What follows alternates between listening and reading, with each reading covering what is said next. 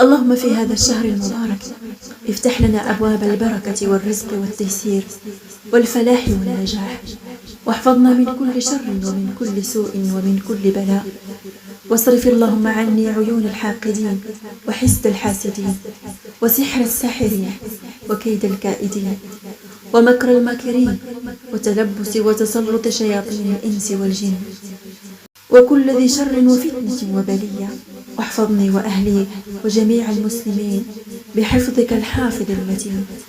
اللهم يا رب المعجزات والمستحيلات، معجزة من عندك تغير الأقدار والأحوال إلى أحسنها في كل شيء عاجلا كلمح البصر أو هو أقرب.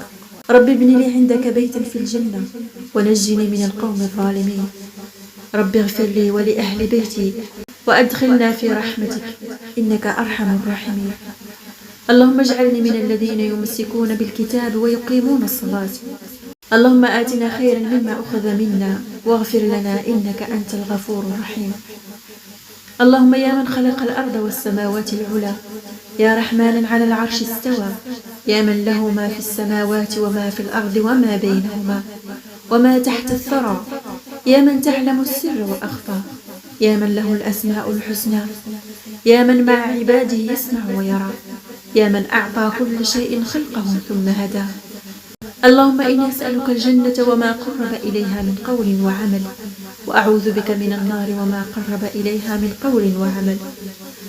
اللهم رب ابن لي عندك بيتا في الجنة. اللهم إني أسألك رضاك والجنة وأعوذ بك من سخطك والنار.